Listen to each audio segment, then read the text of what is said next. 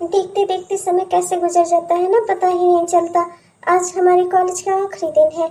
मेरी भी LLB complete हो गई और आपकी भी पढ़ाई पूरी हो गई। कितना अच्छा लग रहा है ना। लग ही नहीं रहा है कि अभी कुछ ही साल पहले हम यहाँ एडमिशन लेकर पढ़ने की शुरुआत की थी हमने। कितना जल्दी समय बीत गया, पता ही नहीं चला। हाँ, तुम सही कह रही हो। तुम्हारे हाथ के खाना खाते खाते कब समय बीत गया मुझे पता ही नहीं चला। सब इतना जल्दी हो जाएगा सोचा नहीं था। तुम इतना जल्दी एक अच्छी वकील बन जाओगी और मेरी भी पढ़ाई पूरी हो जाएगी, सोचा नहीं था। अब बस जिंदगी में एक ही मुकाम हासिल करना बाकी है कि तुम और मैं, हम दोनों शादी कर लें और साथ में रहें हमेशा। मैं भी आपसे वादा करती हूँ, मैं आप ही से शादी करूंगी। हम ही दोनों शादी करेंगे और हम दोनों हमेशा साथ में रहेंगे। हमें कोई अलग नहीं कर सकता। हम एक दूसरे से बहुत प्यार करते हैं और हम हमेशा एक दूसरे के साथ रहेंगे।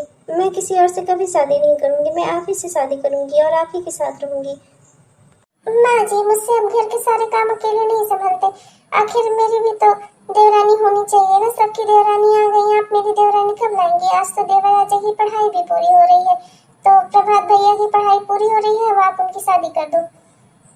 ले, तूने प्रभात का नाम लिया, प्रभात आ गया। बेटा, तेरी भाभी कह रही है तेरी शादी कर दो, तो मैं भी सोच रही हूँ आज तेरी पढ़ाई पूरी हो गई, अब तो कोई प्राइवेट काम देख ले और मैं तेरे लिए एक अच्छी लड़की ढूंढ के तेरी शादी कर दूँ। माँ, मैंने आपको पहले ही बताया है कि मैं अगर शादी करूंगा तो मैं सिर्फ श्रद्धा से शादी करूंगा। श्रद्धा के अलावा मैं किसी से शादी नहीं करूंगा। आपको श्रद्धा पसंद नहीं है तो फिर मैं जिंदगी भर कुंवारा रहूंगा। मैं श्रद्धा के अलावा किसी से शादी नहीं करूंगा। आजकल के बच्चे भी ना खुद को दादा बात समझने लगे हैं। इंसान से ज्यादा दिमाग उनको लगता है इन्हीं के पास है, और हम सब तो यहाँ पागल बैठे हैं ना। ये बात मैंने अपनी ये बात धूप में नहीं सफेद की है जो तू मुझे पागल समझता है। अरे तेरे लिए अच्छा ही सोचूंगी। एक अच्छी लड़की देख के तेरी शादी करवा रही हूँ, जो बड़े घर से है, जिसके पास रुपया पैसा है। जिंदगी रुपया पैसे से कटती है, पढ़ाई लिखाई से नहीं। अपने बड़े भाई को देख ली। जो मैं करूंगी तेरे लिए ना वही सही रहेगा। ला बहू, इसको खाना दे दे, इसका दिमाग खराब है। बाहर से आया है, इसको खाना दे दे। नहीं माँ, रहने दो, मुझे कुछ नहीं चाहिए, मुझे भूख नहीं है। भूख नहीं है, भूख नहीं है, ठीक है मत खाओ। देखती हूँ कितने दिन भूखे प्यासे रह लोगी। अरे ऐसे लालची रहोगे यहाँ, तुम्हारा रिश्ता करने से अच्छा है कि तुम्हें भूखा ही रखूं। हाँ नहीं तो पता नहीं क्या तूने उस लड़के में देखा है जो अपने लिए नहीं आवाज उठा सकता। वो तुझे क्या खुश रखेगा? छोड़ दे उस घर का भरम। मैं वहाँ तेरी शादी कभी नहीं कराऊंगी। पर भाभी, मैं प्रभात से बहुत प्यार करती हूँ, मैं उसी से शादी करूंगी। आप मेरी बात समझती क्यों नहीं? आप भैया को मनाओ ना। मैं और किसी से शादी नहीं करूंगी, चाहे वो लड़का सरकारी नौकरी वाला ही क्यों ना हो। सरकारी नौकरी नहीं है प्रभात के पास तो क्या है, वो एक अच्छा इंसान है। अगर वो प्राइवेट नौकरी भी करके अपना परिवार चला सकता है तो फिर इसमें दिक्कत क्या है? मुझे सरकारी नौकरी वाला लड़का नहीं चाहिए, मुझे बस प्रभात चाहिए। मुझे उन्हीं के साथ शादी करनी है, मैं उसी के साथ शादी करूंगी। पता नहीं क्या होगा हमारे नसीब का। भाभी तो मान ही नहीं रही हैं। मुझे अभी चलकर प्रभात से बात करनी होगी। मैं अभी प्रभात से मिलती हूँ और उन्हें सब बताती हूँ। एकदम सेम यही हाल मेरे घर में भी है। मेरी माँ और मेरी भाभी तुमसे शादी करने के लिए तैयार ही नहीं है।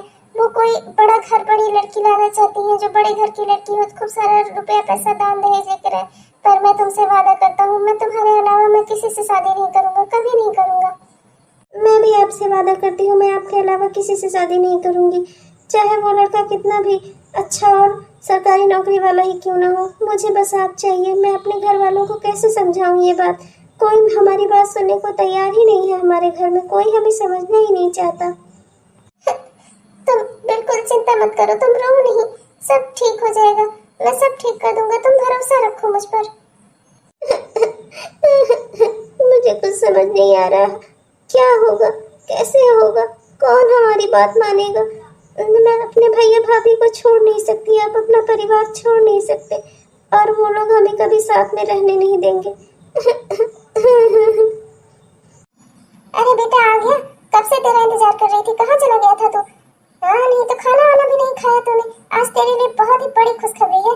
वो जो लड़की थी जिसके बारे में हम तुझसे बात कर रहे थे ना, मैं और तेरी भाभी हम दोनों ने जाकर उसके तेरी गोद भराई पक्की कर दी और उसकी गोद भराई कराए हैं हम लोग। हाँ, अब बस तू शादी की तैयारी कर। हाँ देवा जी, बहुत ही बड़े घर की अमीर लड़की है और बहुत सारा रुपया पैसा दान दहेज साथ में लेकर आ रही है। वो बहुत ही खुश थे उसके परिवार वाले। आपकी फोटो हमने उसे दिखा दी। लड़की को आप बहुत पसंद हो। अब तो मेरे सामने कोई बकवास नहीं करेगा, तेरी कोई बकवास नहीं चलेगी। अब तूने सुन लिया ना, हमने तेरी बात पक्की कर दी। उस लड़की की गोद भराई कर दी है, मंगनी उंगनी सब हो गई है।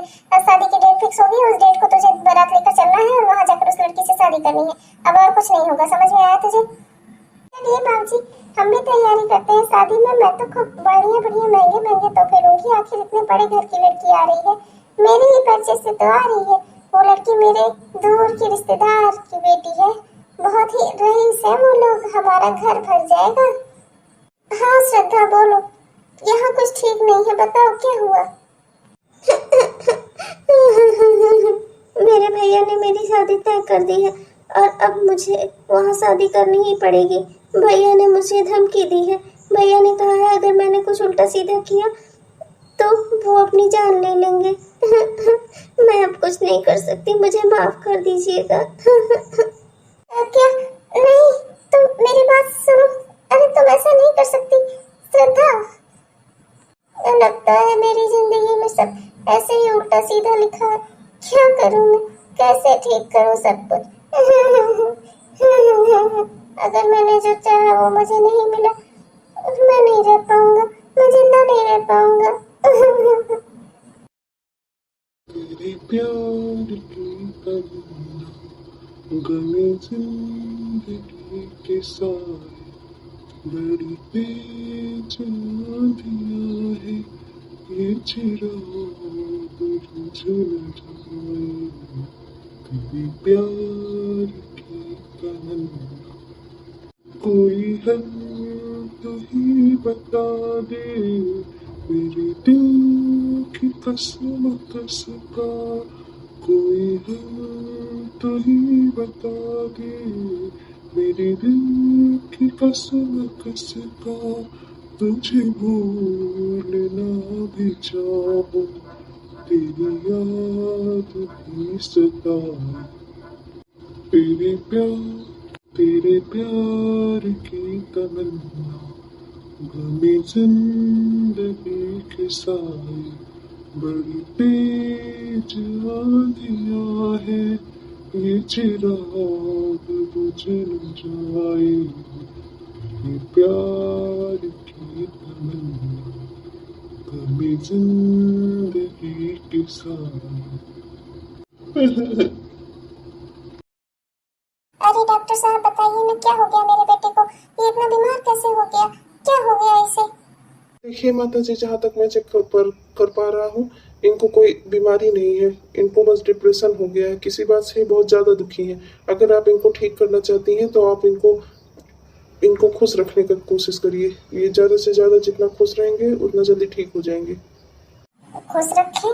अब खुश कैसे रखे? अच्छा खासा सब तो कर रहे हैं इसके साथ, अच्छा खासा पढ़ा लिखा दिया, ढंग से एक दुकान खुलवा रहे हैं और जो है जितना हो सकता है एक अच्छी लड़की देख के इसकी शादी कर रहे हैं। अब और कैसे खुश रखें इसको? नहीं जी, मैं समझ गई मेरा बेटा क्यों दुखी है। मुझे अब मेरे बेटे का स्वास्थ्य चाहिए, मुझे मेरा बेटा ठीक चाहिए। मैं समझ गई इसकी खुशी किसमें है। मैं सब ठीक कर दूंगी, बेटा बस तो ठीक हो जाए। मैं और कुछ नहीं जानती, मुझे मेरे बेटे की जिंदगी प्यारी है। अगर उसकी खुशी उसी लड़की में है तो मैं उसी लड़की श्रद्धा से ही उसकी शादी करा दूंगी। मेरा बेटा प्रभात बहुत ही अच्छा और नेक लड़का है। मैं अपने बेटे को इस तरह नहीं खो सकती। मुझे और कुछ नहीं चाहिए, मुझे मेरा बेटा ठीक ठाक चाहिए, बस सही सलामत रहे, मेरी आंखों के सामने रहे। क्या दे देगी वो लड़की जिससे हम उसकी शादी करना चाहते हैं, और क्या नहीं दे देगी? क्या हमसे छीन लेगी वो लड़की जिससे वो शादी करना चाहता है? मुझे बस मेरा बेटा ठीक ठाक चाहिए। आप अभी चलिए उस लड़की के घर, हम चाहे जैसे उसके भैया भाभी को तैयार करेंगे शादी के लिए और हम उसी लड़की से अपने बेटे की शादी करेंगे। चलिए आप बस। ठीक है, जब तुमने सब सोच ही लिया है तो फिर जैसा तुम्हें ठीक लगे। मुझे भी अपना बेटा ठीक तो चाहिए ही चाहिए। तुम रो नहीं, बिल्कुल मत रो। चलो जैसा तुम चाहती हो वैसा ही होगा। जिससे हमारा बेटा चाहता है हम उसकी शादी उसी से करवा दे रहे हैं। आओ बहू, स्वागत है तुम्हारा। अच्छा बेटा, अब तो तुम खुश हो ना? तुम जिससे चाहते थे हमने तुम्हारी शादी उसी से करवा दी। अब तो तुम खुश हो ना? अब तो तुम्हें कोई दिक्कत नहीं होनी चाहिए बेटा। तुम खुश रहो, बस हमारी यही इच्छा है। हम सब जैसे तैसे जो बन करेगा एडजस्ट कर ही लेंगे धीरे धीरे। मम्मी जी तो ही बैठी है, लाइन से पूछ लेती हूँ कि खाने में क्या बनेगा। मम्मी जी आज खाने में क्या बनेगा? मैं क्या बनाऊँ? जो तुम्हारा मन करे बना लो। वैसे भी हमें अधिकार कहाँ है कि हम तुम्हारे विपक्ष में कुछ बोल सकें। जो तुम्हें ठीक लगे तुम वही करो, तुम्हारा पति खुश रहे बस, हमें और कुछ नहीं चाहिए। बाकी हम लोग तो जैसे तैसे एडजस्ट कर ही लेंगे, चाहे जो तुम बनाओगी हम वही खा लेंगे। जब तुम्हें एक्सेप्ट कर लिया तो तुम जो भी बनाओगी उसे भी खा ही लेंगे। हमारे जीवन में अब रह ही क्या गया है, जो बच्चे कहें बस वही मान लो, हमारी अपनी तो कोई इच्छाएं हैं ही नहीं। देखिए, मैंने आप लोगों के लिए आप लोगों की पसंद के खाने बनाए हैं, जैसे आप लोगों ने कहा था। आप लोग खाकर बताइए ना कि सब कैसा बना है। तुमने इतनी मेहनत से बनाया तो सब अच्छा ही बना होगा। वैसे भी तुम पढ़ने में जितनी तेज थी तो खाना बनाने में भी होगी ही। हाँ, सब काम में तेज हो तुम ही कौन पछाड़ सकता है। मुझे ऐसा क्यों लग रहा है कि तुमने कुछ गड़बड़ की है? जब तुम भी ज्यादा खुश होती हो ना तो मुझे पता चल जाता है कि जरूर तुमने कुछ गड़बड़ की है ना? क्या किया है तुमने? चुप रहो, ज्यादा बोलो मत। ये तो तुम्हें खाना खाने के बाद पता चलेगा कि क्या किया है मैंने। यार थू थू थू, एकदम नमक भर दिया सारे खाने में, पूरा नमक ही नमक है। छे, ऐसा खाना कौन खाएगा। चलिए जी, आपको तो ब्लड प्रेशर है, आपको तो और ये खाना नुकसान करेगा। कुछ मत खाना, चलो छोड़ो, मैं आपके लिए खिचड़ी बना देती हूँ, आप वही खा लो। हो गया खाना नई बहू का। मैं सच कह रही हूँ, मैंने खाने में इतना नमक नहीं डाला। आप तो जानते हैं कि मैं खाना कितना अच्छा बनाती हूँ। कितनी बार मैंने आपको अपने टिफिन में खाना ला ला कर खिलाया है। आपको तो पता है ना कि मैं कैसा खाना बनाती हूँ। आपने तो खाया है मेरे हाथ का खाना, फिर भी क्या आपको लगता है कि मैं इतना खराब खाना बनाऊंगी जिसमें इतना सारा नमक होगा।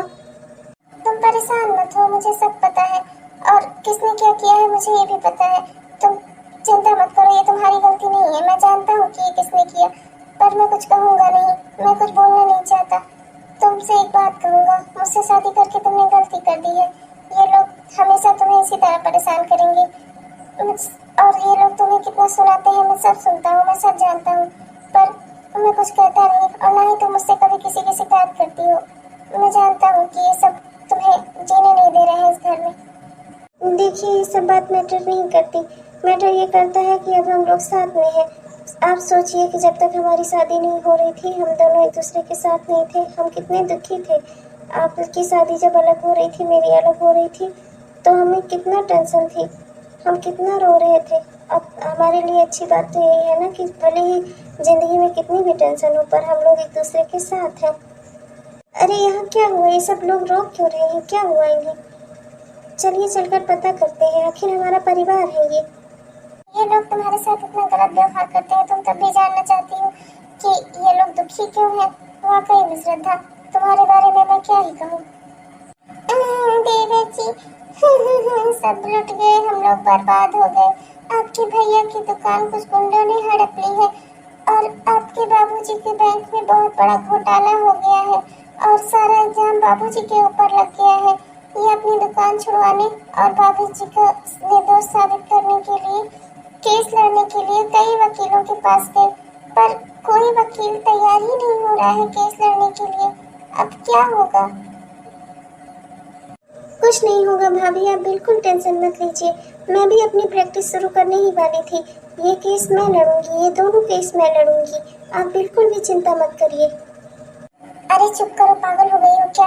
तुम क्यों लड़ोगी केस? तुम अपनी प्रैक्टिस शुरू करना चाहती थी ना, शुरू करो, लेकिन दूसरे केस से शुरू करो।